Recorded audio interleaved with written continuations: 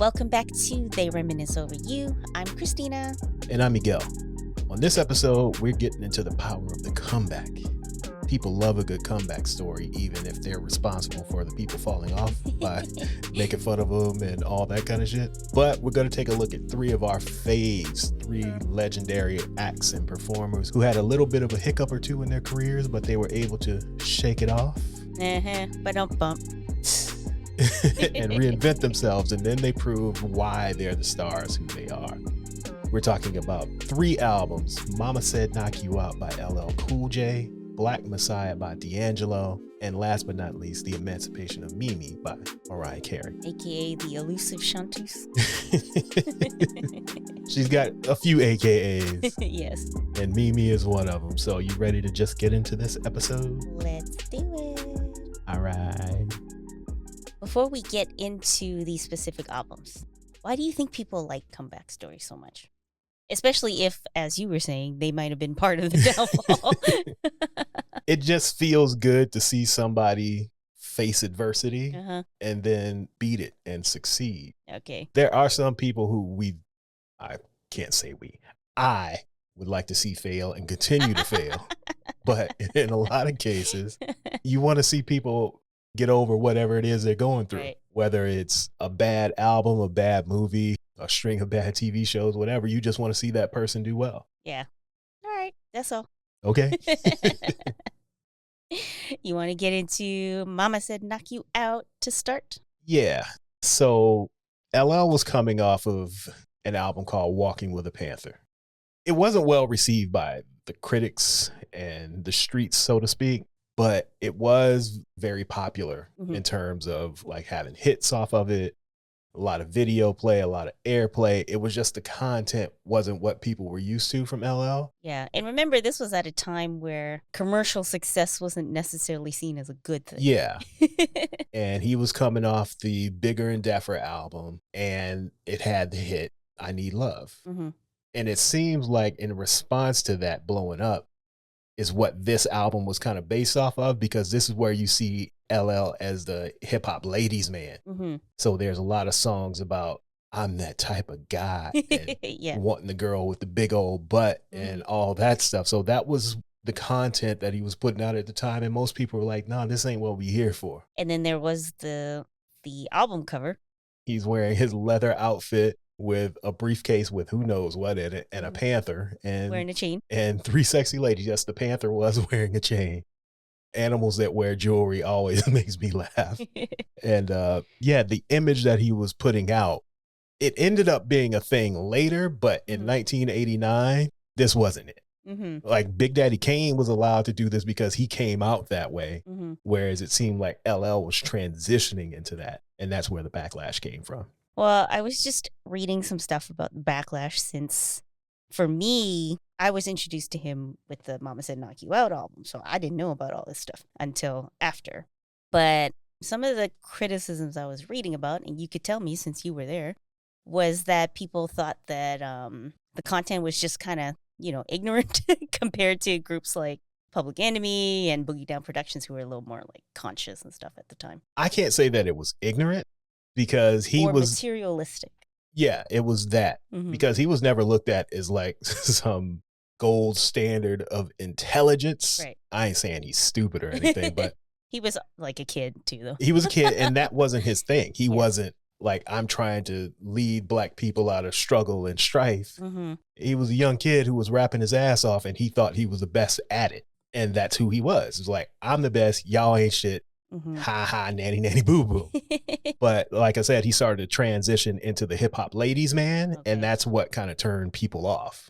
So the first two albums, he wasn't really seen as much as of a quote unquote ladies man, even though his name was Ladies Love Cool James. He was, but this was just like on 10. Yeah, like the first two albums each had one song where he like, I Need Love and all that. So that was expected. But to have 8 out of 12 of those was a bit over the top. And a bunch of them weren't very good. Yeah, that didn't help. Because I think for me, after like going back and listening to the old albums without, knowing that there was this backlash, like to me, This album just kind of sounded like it was trying too hard to capture the I Need Love. And it was just like, I felt like there was a lot of filler. Like it just seemed more like they were just trying to recapture something. Yeah. That's what it sounded like to me. Yeah, and there are some songs on here that are pretty good. Yeah, you got Going Back to Cali. Actually, that wasn't originally on the album. Oh. Because that's on the Less Than Zero soundtrack. That was added later. Oh. So you take that away, that's one less good song that people would gravitate towards. Like Going Back to Cali came out before this album. But like Big Ol' Butt, the beat was cool, so people like that one. What else? 1-900 LL Cool J, people like that one. Jingling Baby, people like that one. But, you know, you doing One Shot at Love, that didn't really work. The video for I'm That Type of Guy, didn't really work. Yeah. So it was that is what kind of made people say, yeah, we ain't fucking with LL right now. Right. Oh, man. Two different worlds. Yeah. So it was a lot of that. That's why this album is looked at, or was looked at as, yeah, you falling off. Which is funny to say because he was like 20. And people were talking about he's washed, he's done. LL is done. And he's 20 years old. And it's his third album in like, how long? Like not too long. Like 5 years. 5 years? Yeah. So most people don't make it to even that much. Right. To be washed already. Yeah. But the fact that he was the biggest rapper in the game at the time, that's arguable. But top three. Let's say he's top three in terms of popularity, skill, all that. And then he puts this out. It just wasn't matching who people thought he was. Okay. But like I said, there were some songs that I liked on it, but it just wasn't bigger and deffer. Maybe if they had cut a few songs and maybe made it shorter, that would have helped. But at this time is when albums were getting longer, so that wasn't going to happen. Like there were, like I said, some songs that were cool, but not enough for me to say I love this album. I'll listen to it every couple years just for nostalgia's sake. And then, yeah, that's unfortunate though. Okay. Because I'm an LL fan, so when he fell off. Were you upset? I wouldn't say I was upset. I was just disappointed. Okay. I didn't listen to it as much. But at the same time, like I mentioned, it gave us Jingling Baby. And on the single version was the Marley Marl remix to Jingling Baby, the one that pretty much all of us know from the video and the one from Mama Said Knock You Out. That's the one I know. Yes. So that was your entry point to LL Cool J. That was like, okay, maybe he still got it. And also he had another song on the House Party 2 soundtrack called To the Break of Dawn. Ah, yes. Where he was basically taking shots at Hammer, Ice-T, and Kool Moe Dee.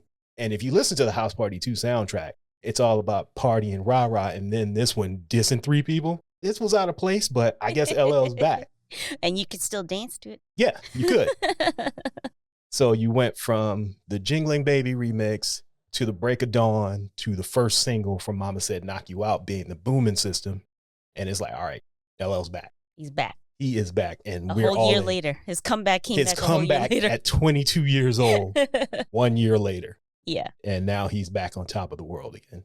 Before we get more into Mama Said Knock You Out, I found an article that said at a Stop the Racism rally and concert, this was, before Mama Said Knock You Out, but after Walking with the Panther, he was booed by the crowd. Sounds about right. Which makes sense because there is a song on Mama Said Knock You Out that talks about this 1 year downtime that he had. Exactly. Go to the mall, they throw my old tapes at me. But anyway. You ain't all that. Let's get into Mama Said Knock You Out. All right, let's do it.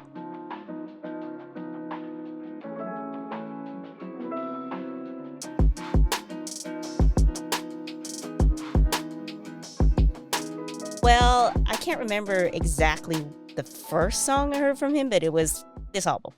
So it might have been Mama Said Knock You Out, might have been Jingling Baby, might have been Around the Way Girl, but this was my introduction to him. Okay. I think I knew this wasn't like his first album, but it was just the first thing I heard. Okay. Because this is 1990 or 91? 90. Okay. Yeah, basically that Jingling Baby remix kind of washed the stink off of LL.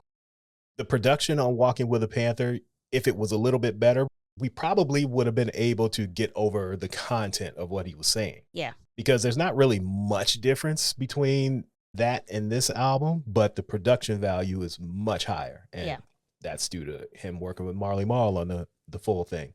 Because like I said, the first single, The Booming System, it comes out and I'm like, yeah. Yeah, of course you would like it. This is the shit that I'm into. I put in the notes good for driving, even though I was obviously not doing any driving in 1990. I didn't have a car.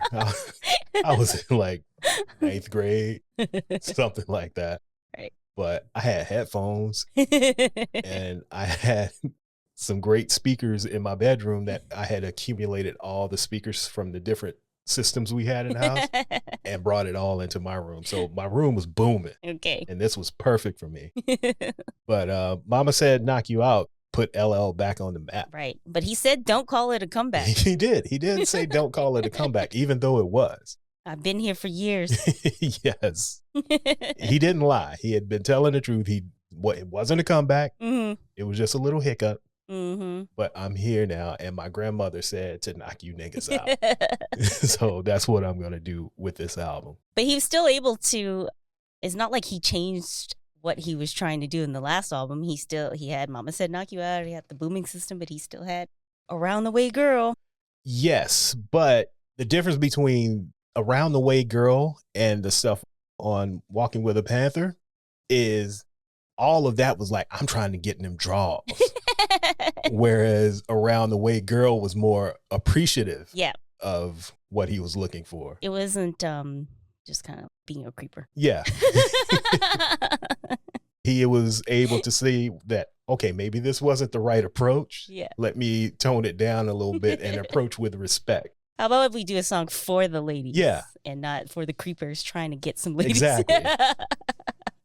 So that's the difference between this one and the previous album. Well, it just sounds better too. Yeah. Like I said, the production value on this album is way higher, even though Milky Cereal is a part of it.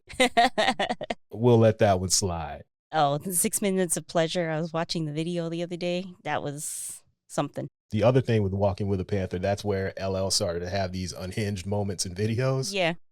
So he's like the super secret spy with a vault full of women. And I'm that type of guy. Yeah. And what was the other one that was a weird video? Well, in 6 Minutes of Pleasure, it's just him and this girl in like a kid's fun house. Oh no, I was talking from the previous album. Oh. Walking with a Panther, Big Old Butt. That was just him and a whole bunch of ass. Well. So the videos didn't help his case any. Yeah. And like I said, this is when he started to get into the unhinged territory. Because like you said, with the 6 Minutes of Pleasure, he's basically in a preschool. Yeah. Playing like just like not a bouncy castle, but like that kind of kid stuff. Yeah. Toys and stuff. It's him and this girl, and he's like drinking juice or something out of a pacifier, and it's just like, ew.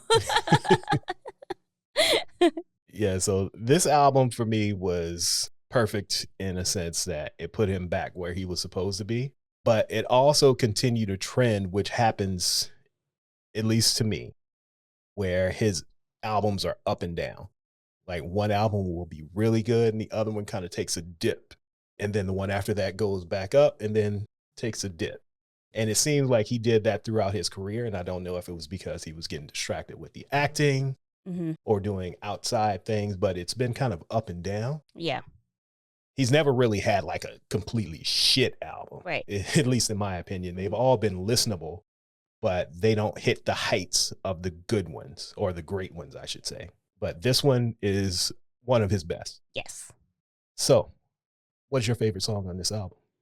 I think it's, a younger me would have tried to pick something so that it wouldn't be so obvious, but an older me is like, I like what I like.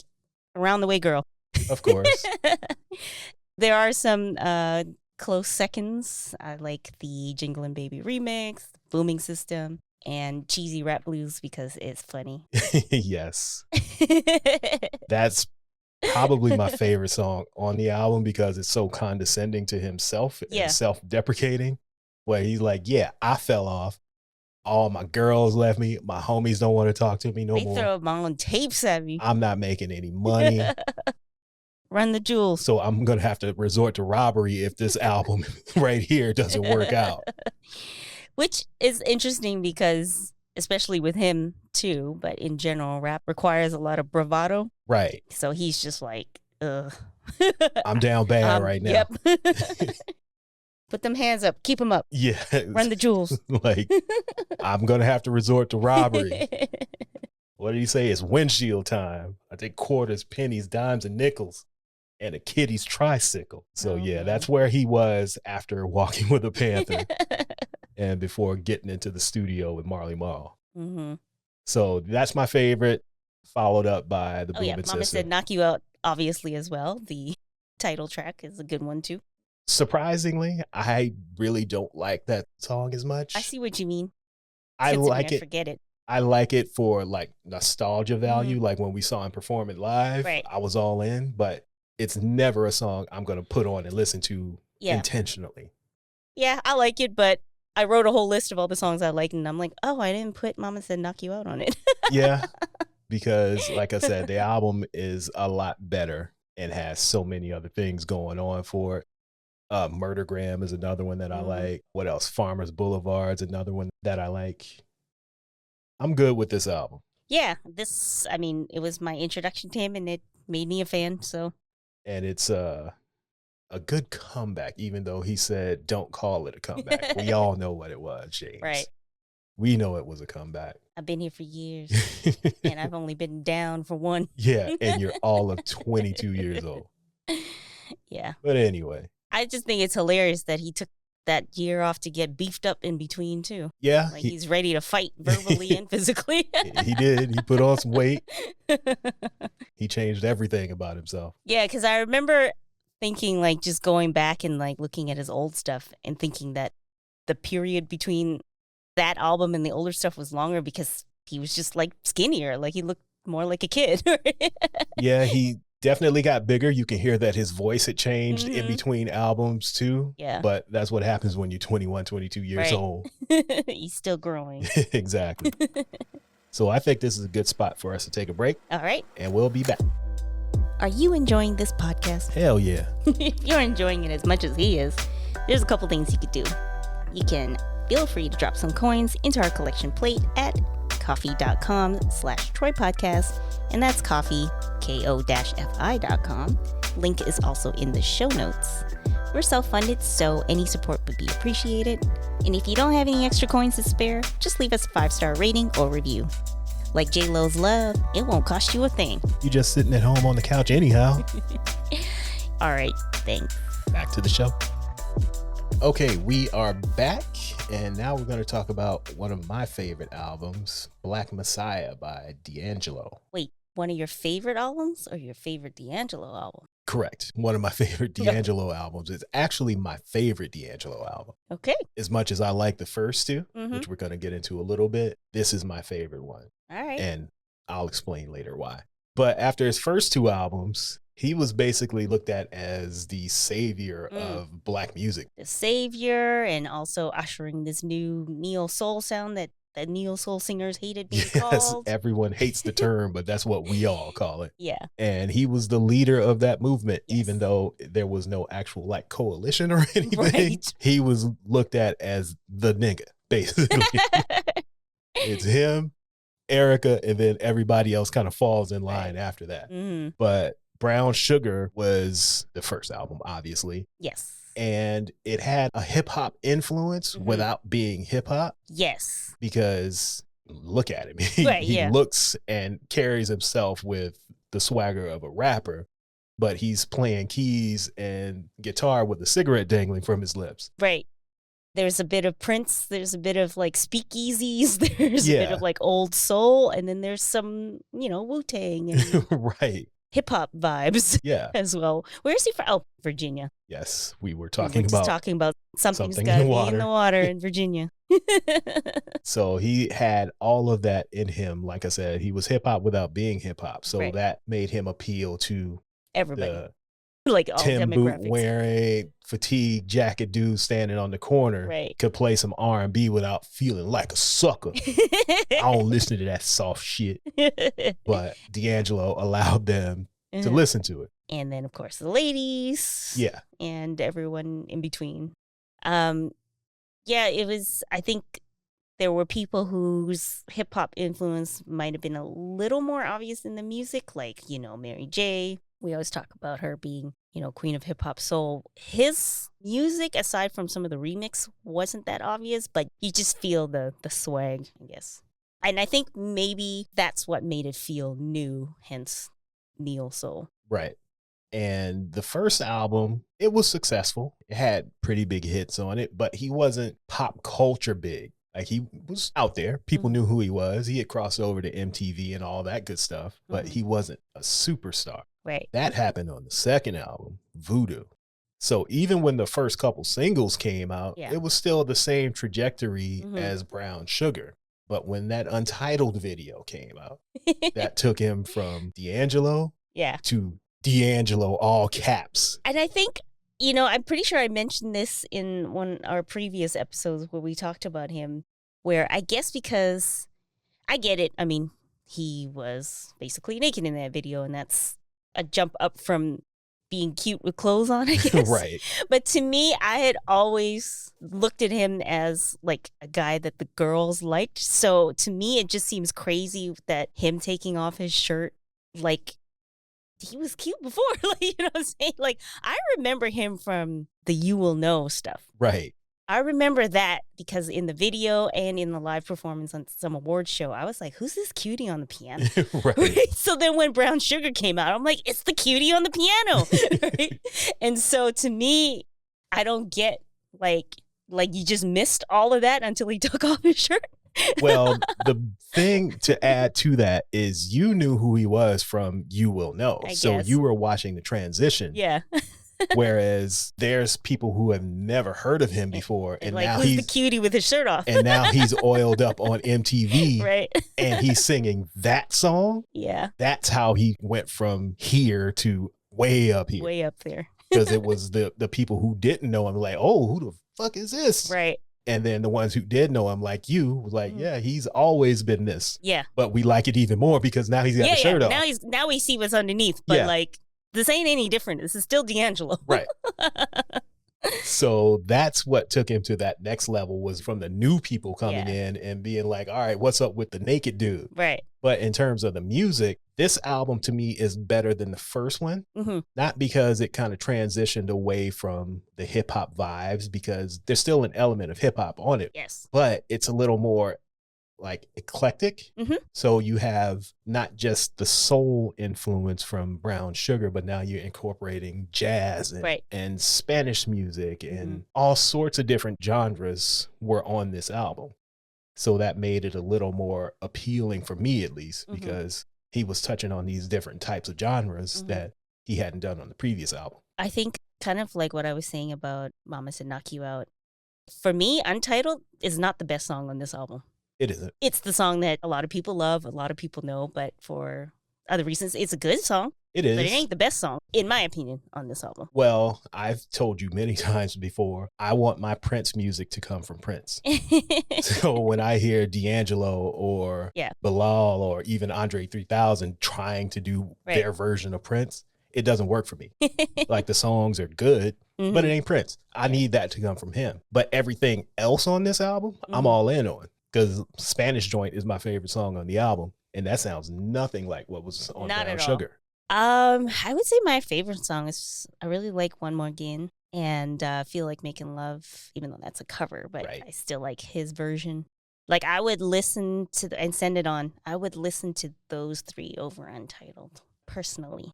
Same. But again, like I said, Untitled is not a bad song, and I don't mind the Prince-like ness of it. It doesn't bother me. Yeah, it just seems like someone trying to do Prince rather than doing themselves, and that's why it just never really appealed to me. But you throw on Spanish Joint and I'm all in.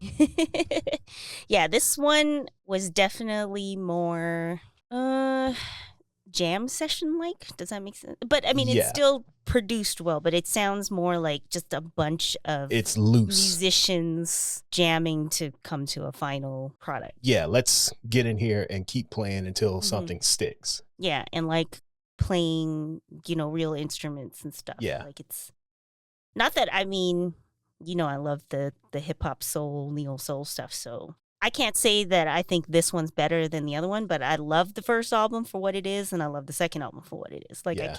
I can't really compare it. They're just two different. Like, you could see him transitioning into more of like live instrumentation and stuff, even though they were doing that in the first album too. But this one was definitely more mature. Is that the right word? Yeah. And to go along with what you're saying about how it just sounds like they're improvising, the first album has a lot more structure that we're used to. And on Voodoo, as they start to, like you say, improvise, things get a little more loose and don't make sense, but they make sense at the same time. Right. Because there's a lot of things on this album where you expect a chorus to come in and then it comes in like 2 lines before or 3 lines after. The song structures just weren't what we were used to, but somehow they made it work. But with that, your man disappeared. He did. For like 15 years. So when Erykah Badu said, I'm an artist and I'm sensitive about my shit, that should have been D'Angelo. Because this whole naked man thing just sent him into a spiral. He's just like, people don't appreciate my art. Yeah. He got ladies yelling at him to take his shirt off rather than listening to the music and other things. I'm sure there's other stuff going on with him. I'm sure there's some paralyzing perfectionism. Yeah, I saw an interview and I looked for it yesterday from when we did the first episode on him, where he was talking about how he was performing somewhere. And in one show, somebody grabbed his crotch and they were yelling, take your shirt off. And then some woman threw money at him. Ugh. And on the microphone, he yelled at the crowd and said, I'm not a stripper. He finished the show, but this is the kind of stuff that was happening to him. And he takes his art very seriously. Yes.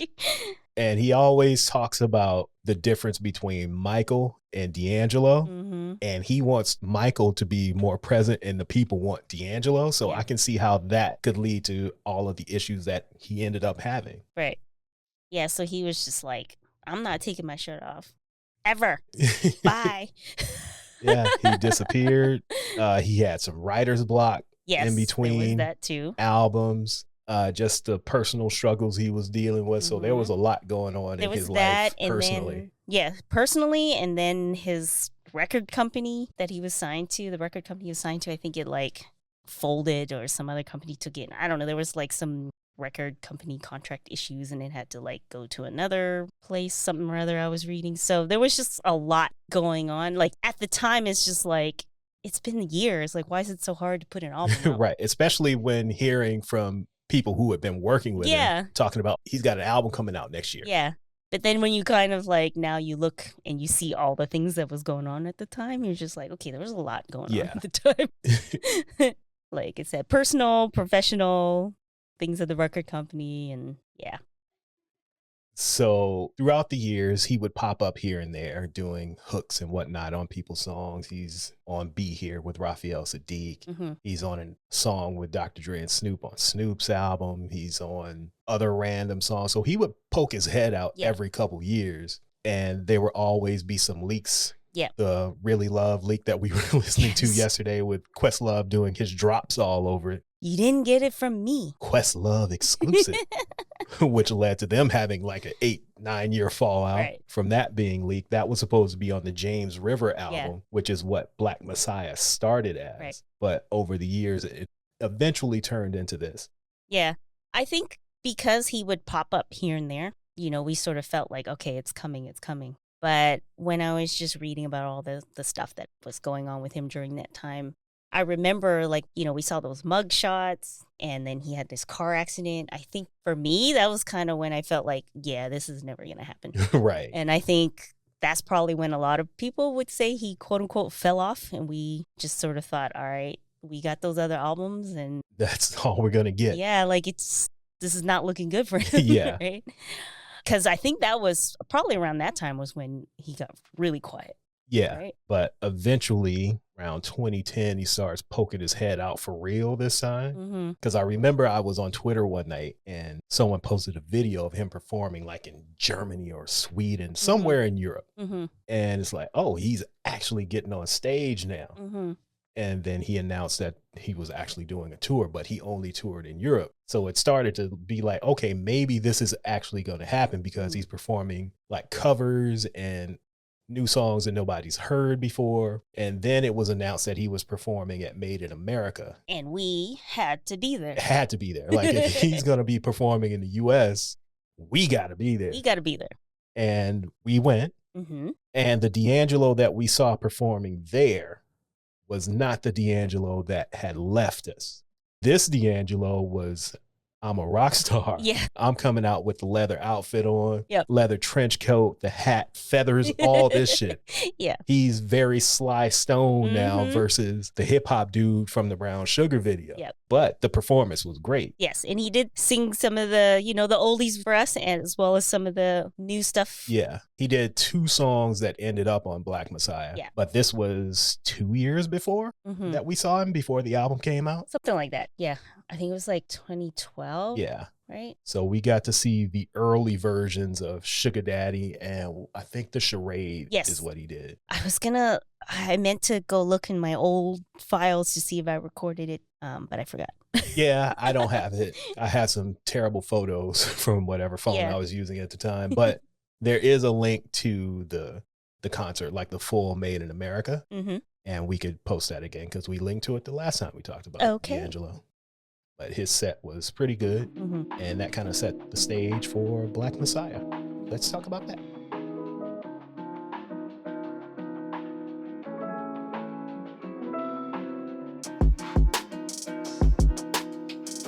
All right. The long-awaited Black Messiah album that came, 14 years after Voodoo? Yes. Do we call this a comeback or do we call it a break? It's a comeback because we just talked about how low he was personally. True. So he had to come back from the personal issues. I actually said people had written him off. Yeah. So this is definitely a comeback. It's not a musical comeback, but it's still a comeback. Personal comeback that came with an album. Exactly. And a documentary.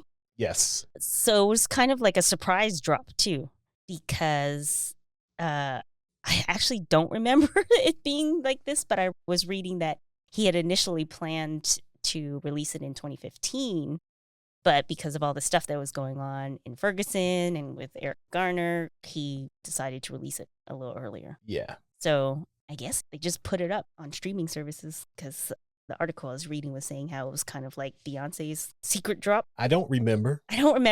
I just remember that when I found out, it was like, okay, let me go run and download this real quick. Yes.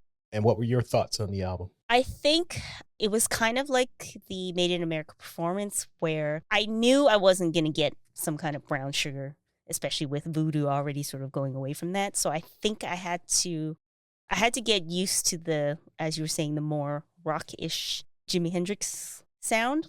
But the fact that Really Love, that I had been waiting for so many years since I had heard the Questlove leak, I was very happy that made it onto the album. So overall, I enjoyed it, but I think there was a part of me that was still mourning in terms of we never getting, that D'Angelo back though.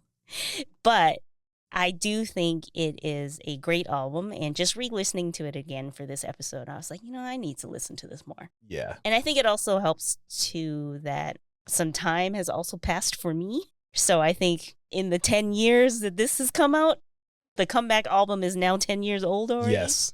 I think, I have, my musical interests have grown a little bit too, that I think I'm a little more open to listen to this than I was in 2014. Right. If that makes any sense. It does. So I definitely still enjoy it. I also think because there is sort of a bit of a political element to this album, I started prepping for this episode the day after the U.S. election. And so I think that kind of made it hit a little different. Yeah. Just I can see that. General feelings of, in the charade, he's like, all we wanted was the chance to talk. Instead, we got outlined in chalk. And you're like, it hit different. Yeah. Even though there was things he was wanting to protest and talk about in 2014 specifically, it still kind of hit different now. Yeah, I like this one, and I told you earlier that it's my favorite D'Angelo album. Like when Brown Sugar came out, it was perfect for that time. Yes. Because it was something that we hadn't really heard before in terms of an R&B singer having this hip hop element, but he's using live instrumentation along with it, and he plays all these different instruments and he doesn't rap. So that was a bit different.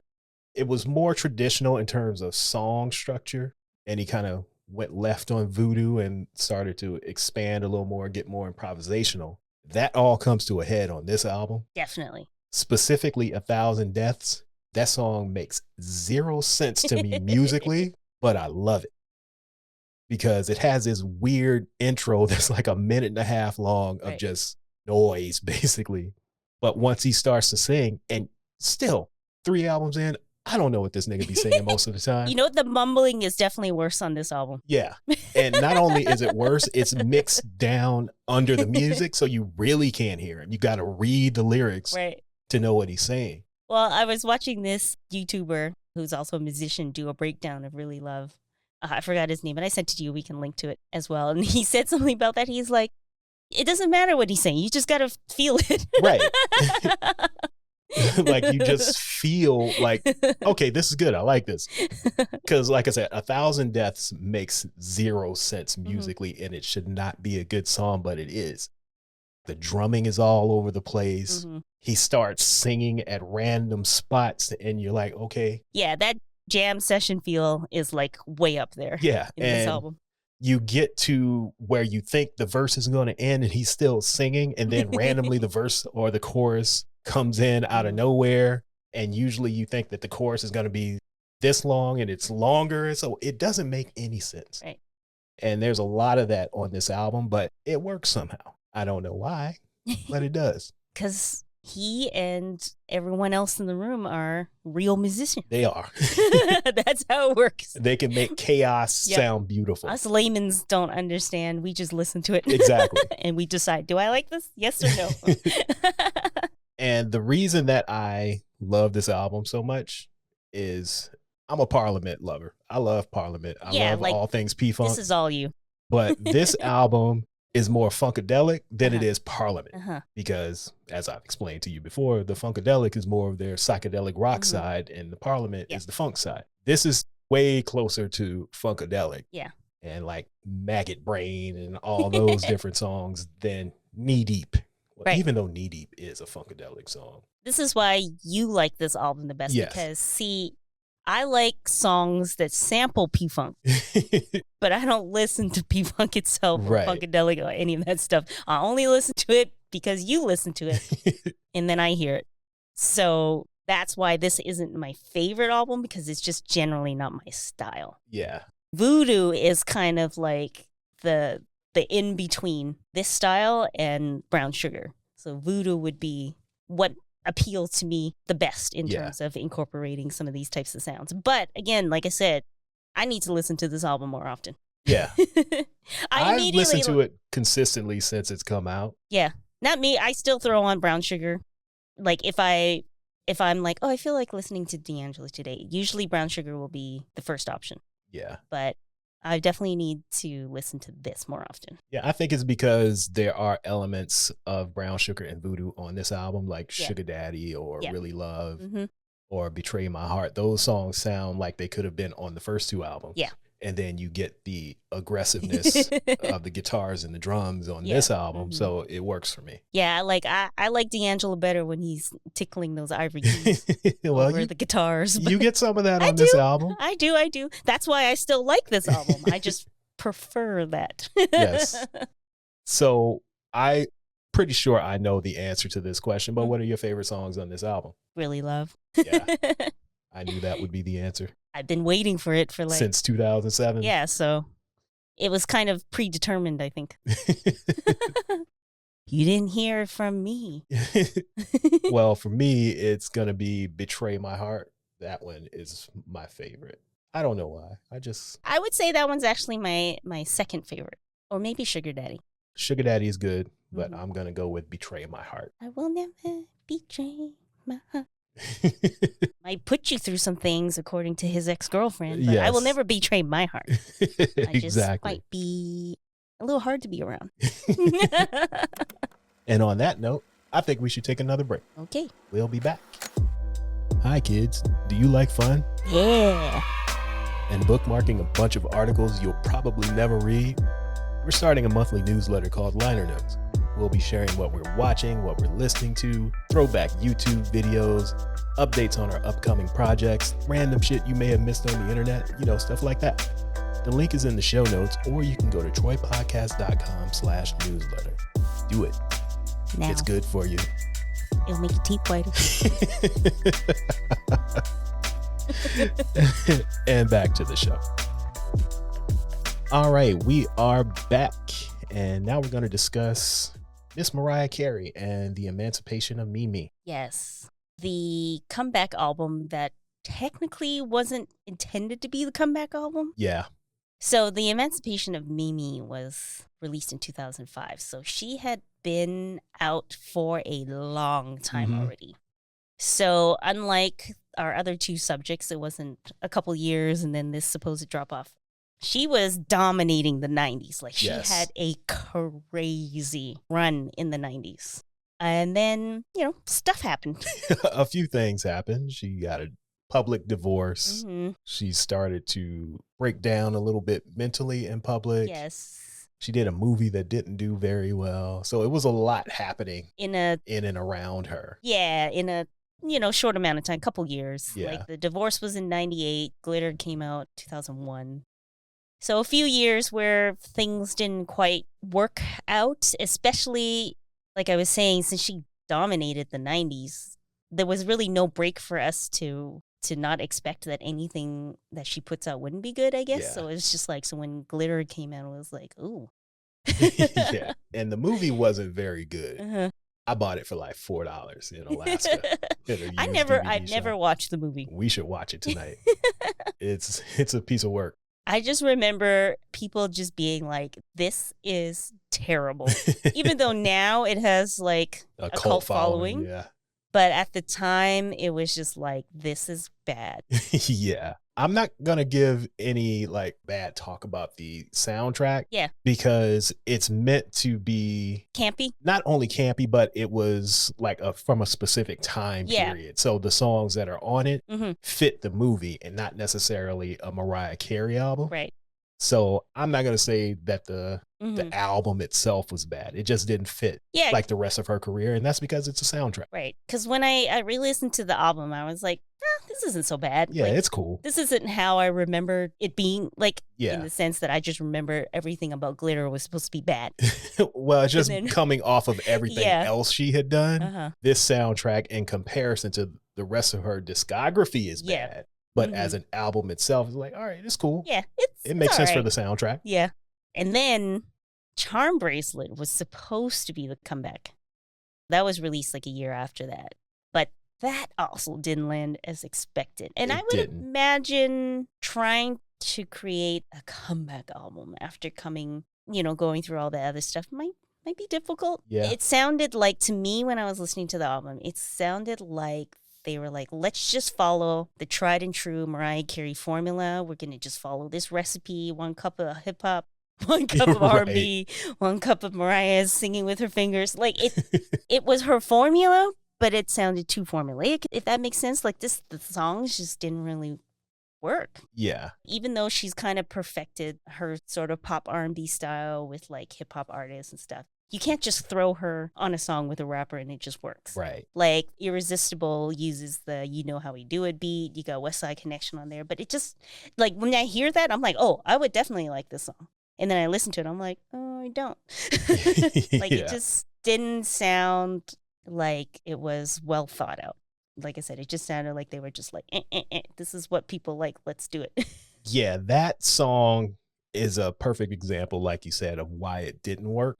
Because she's over an Ice Cube beat or whatnot, but having West Side Connection on it didn't work because West Side Connection didn't do this type of music. Right. Like, having Cameron on the Old Boy song makes sense. Yes. Because Cameron would be on these type of songs. He had done R&B records before. That's the only song that I like on this album. Whereas like West Side Connection didn't do R&B records. Yeah. Like they were anti-R&B, so to do a song with them really didn't make much sense to me. And it's stuff like that is why I really didn't like this album. So I actually had put in my notes Irresistible versus Boy, I Need You in terms of like when it does work and when it doesn't. Because in the song with Dipset, it sounds like they thought about how to mix the two styles together. Because in the original song, you know how they incorporate the little boy into their lyrics. And then she did that with her lyrics as well. And so it just sounds more well thought out. Yeah, so I can't say much about Charm Bracelet. And it definitely did not work as a comeback album. Yeah, from what I'm looking at, and I listened to it again yesterday, nothing really stands out. Yeah. That's the biggest thing. And it didn't help that 2 of the 3 singles were like these really, really pop songs, like Through the Rain and Bring It On the Heartbreak, when we had kind of been conditioned to hip hop Mariah. Although I think Through the Rain ended up becoming like a pretty popular song. It is. But again, that's not what we had gotten conditioned to. We were like, finally, we get Black Mariah. Yep. And she's broken free. Right. And so she's leaning back onto that whole pop thing. And that's where it kind of lost me. Even though at the time I wasn't listening to a lot of Mariah Carey, I always knew the singles. Yeah. And these singles just didn't do anything for me. I'm assuming I had listened to the album at the time, but when I was re-listening to it now, I was like, I don't know any of these songs really, except for the Boy, I Need You. So you take all of that into consideration, like the Glitter failure, the album coming out on 9/11. Yeah. That didn't help. That probably didn't help. The soundtrack for Glitter. She's having this public meltdown on MTV and other networks. She's having a divorce. She gets through that, releases this album, and still isn't able to recapture that magic. It's safe to say after 13, 14 years, maybe her career was done. Yeah. And that wouldn't be a bad thing because of all the stuff she had done previous to Charm Bracelet.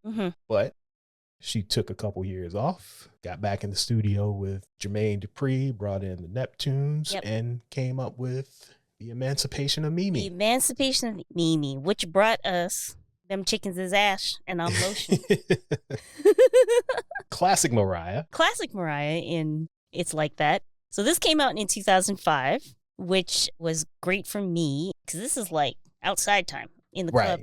So like these songs, It's Like That, Shake It Off, this is like perfect club song with the girls. And so this was the comeback. Yeah, and these songs felt more authentic than Charm Bracelet. So this is the Mariah Carey formula, but it sounded like they actually took the time to like craft it rather than just kind of like mash it up together. Like, oh, let's just throw some rappers and a hip hop beat on this. This made sense. We could put Snoop or Nelly on these songs and it worked. Like, I don't see Dub C being on a Mariah Carey song. That just makes zero sense. But putting these guys on it, it's perfect. Yeah, like Say Something was cute as well. And like I said, It's Like That. Jermaine Dupri says, time to get on the dance floor. And we did. Exactly. You got Fat Man Scoop on it. So that felt a little more authentic to the Mariah experience that we had gotten to know post Butterfly. And then you got this Shake It Off, which is kind of like, you know, post relationship, post whatever, but it's like still lighthearted. Right. That you could shake it off in the club, but you could still kind of like, shake it off, you know, leave that job, leave that man. Right. Like it made sense that the album was called The Emancipation of Mimi. Right. Even though it sounds kind of funny when you think about it. But it's like, it really felt like she was like, you know, I'm coming out. This is it. This is me. Like she's quote unquote shaking it off. And some people might not take this too well. And they may take offense to it, bigger Mariah Carey fans than I am, because I am admittedly not a huge Mariah fan. You're not a lamb? I'm not part of the Lamely. But I will say that this is the album that saved her career. Because just the way that it was trending after Glitter and Charm Bracelet, if this album didn't hit, Mariah probably just would have faded away. She still would have been putting music out, but it wouldn't have gotten the eyes on it had this album not done what it did. And this is not like a big selling album in comparison to her other discography. But it is a big selling album. it still is, but it's not like her top 5. Yeah, but that's because her top 5 is astronomical. Crazy. Yeah. But this has a connection with the streets in a way that the previous 2 albums didn't. And like you said, because it came out in 2005 and her first album was in 89 or 90, now she's tapping into a whole new audience who didn't know the previous Mariah Carey. Like you said, they're outside in the clubs. So this Mariah Carey, they don't know much about the previous version. So now she's bringing in a whole new set of fans. Right. Well, not only like new fans and new audience, but it's just like a new sound like now. Yeah. Because now the early 2000s is different from the late 90s and the early 90s. So now this is like the third wave of Mariah. But for fans that have been there throughout this whole time, I think it was easy for me to like forgive her, quote unquote, for Charm Braces, because it's like, I've been listening to her for 10 years. One off album's not going to be like, down with Mariah. Right. She's washed. I'm never listening to her again. Like, I'm going to listen to her. like you were saying, maybe it was 3 albums that kind of like, maybe then I would have not been as excited, but it's like, 1 album. Right. Or technically 2 if you count Glitter, but it wasn't like Mariah Carey's washed. Yeah. But she still gave us ballads and stuff, but it wasn't sort of the cheesy-ish early 90s pop style. Yeah. She gave us We Belong Together, which is, one of her biggest singles ever. So she'll give you something to dance to. But I mean, I remember like you could play We Belong Together in the club. Yeah. And there's also the remix version as well. So even though it's kind of more like a ballad, it's also a little up-tempo. So like you could play that in the club. I'm sure they played it in the club. I feel like I remember singing at the top of my lungs. That I can't confirm because I don't remember, but I'm not going to say it didn't happen. And like I said, there is a faster remix of it too as well. But it was so funny. I didn't even make this connection until you said it. I was always joking about how I never understood the video in We Belong Together because I'm like, how is she supposed to marry Eric Roberts? And then she runs off with the guy from Prison Break. What's his name? Wentworth Miller. Yeah, Wentworth Miller. I'm like, what kind of pairing is that? And you're like, duh, Tommy Mottola and Derek Jeter. I'm like, oh, now it makes sense. That's what it was. Like she just wasn't having whole Eric Roberts in the video because he had a couple hits in the 80s. Right? No, he was supposed to represent the older person that she didn't want to be with, and this is the guy she wants to be with. The older white man versus that biracial angel. Yes, that beautiful biracial angel, Derek Jeter. Because I was like, that confused me for the longest time. I'm like, Eric Roberts? And then Wentworth Miller. I'm like, those are two interesting choices. Right? That's her life. It is. There's no faking in her game. Yeah, so we got We Belong Together, and then Stay the Night is one of my favorite songs off of the album. It's an album cut. When I was reading about it, it was initially supposed to be one of the singles, but then when she got into the studio with Jermaine Dupri and they came up with It's Like That and Shake It Off, it kind of got pushed down. Right. But I think that one's for the Lambs then, because even though it's an album cut, it's a fan favorite, but that's one of my favorite songs off of the album. And like for me, it combines what we're saying, how like she could do the ballads, but still make it appealing to maybe people who don't listen to too pop-ish stuff. Yeah, for me, my favorite song is It's Like That. Okay. Because like you said, this was prime outside time, and this is something you're going to hear in the clubs, and then you add Fat Man Scoop to it. Right. If he's on the record, it's going to be a hit. And this is something that needs to be played at the club. So you were reporting to the dance floor? Yeah, you had all the elements there. That was a classic 2-step song. Yeah. You don't have to get too wild because we weren't doing our choreographed dances at this point anymore. Well, and then this is a song you could play a little earlier in the evening to get people started. Exactly. It's just when it's starting to ramp up. When Fat Man Scoop comes in, that's when the party's getting set off now. Yeah. And then they had an extended platinum version, which gave us another single, Don't Forget About Us. So, yeah. Oh, I didn't realize that wasn't on the original album. I didn't either until I read about it. So you had to, I guess you had to buy the CD twice. Which people were doing in those days. Yep. Which is why she was selling 20, 30 million sold on each album. Yeah. So overall, even though Like I said, we've mentioned it several times. There was a certain recipe that she had, but this one felt more authentic than just like, we're just trying to make hits. Right. So I think that must have resonated with everybody because the album did very well. It did. And like I said, in my opinion, the Lambs can get upset with me if they want, because I know how these stands can be. But I'm saying that this is the album that saved and resurrected her career. Just because on the trajectory that it was on, this brought it back. I could be wrong, but I feel like there are definitely some Lambs that don't even really pay attention to the previous stuff. It's true. There is a definite subsection of her audience that it's this on. Yeah.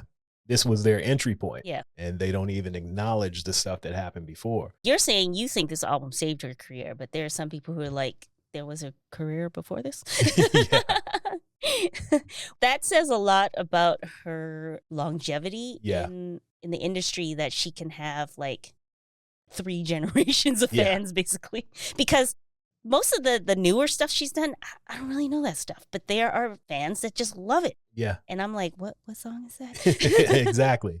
I can't remember which song it was, but one of these singles in the newer albums, I think when I was looking at it on a Billboard or something, had like charted really high, and for a long time I'm like, I don't even know what song that is. Yeah, this was 15, 16 years into her career. And most people don't even get that type of a career. And here we are 20 years past that now, and she's still going. Yeah. When I was on Tidal, I saw that she had just released a single sometime this year, and I was like, huh? I didn't even see this. So even though this album, I wouldn't call it a no skip because there are songs that I'm skipping, but it doesn't even matter because the hits are hitting. Yeah. And so it doesn't matter. The big songs are doing what they need to do. Yeah. So this was definitely a comeback. And I think after this album, she hasn't really had a flop since, I would say. Like, maybe some albums did better than others, but I don't think there was really a point when people were like, oh, she's falling off again. Right. She's just here now. And now that she's like the queen of Christmas too, like. Yeah, she's never going away. Yeah. Like, she doesn't have to do music ever again. Yeah. She just needs to put those memes up on October 31st of her transitioning from Halloween to Christmas. And every year she's going to thaw herself out until January and go back in the ice. Yep. She could do only that for the rest of her life and be fine. And she's good. Yeah. All right. So I think we successfully talked about 3 amazing comeback albums and comeback moments in the careers of 3 different superstars. And some of our favorite artists. Yes. I just realized something. Okay. We've seen D'Angelo and LL, but we haven't seen Mariah. We have not. In concert. We haven't. We had a chance, but again, like I said, I am not a fan of Christmas music. Yeah, I'm not trying to see Christmas Mariah. Although it turns out from what I saw in some videos, she ended up singing other stuff. But, yeah. Oh, well, maybe next year. Like, if she were to say to me that she's going on tour and she's doing from the first album. Past, present, and future, like Usher. Yeah, she's doing one of those, I could get on board with it. But if she just coming to town to sing some Christmas songs and then sprinkle in the hits. Yeah. Yeah, I wasn't too convinced on that. So she needs to give us a real tour, and then I'll think about it. Right. All right. Yeah, that's all I got. Mariah, go on tour. Yes, a real tour. Not a Christmas. Yeah, she ain't got to come outside other than this Christmas shit. We'll see. We'll hold out some hope that there might be like an actual tour. We'll see. Or maybe she'll get another residency in Vegas. That probably sounds more likely. I feel like she would probably rather stay in one place rather than flying around country or the world. Yeah. All right. So is there anything else you want to say about these 3 before we get out of here? No, listen to them. If you haven't listened to them in a while, same thing I always say pretty much. Go check out The Emancipation of Mimi, Black Messiah, and Mama Said Knock You Out. Well, since all of these comeback albums are already old. Yeah. They're 10 plus years old. Yeah. Go check those out anyway. All right. It's good music. Good time. It is.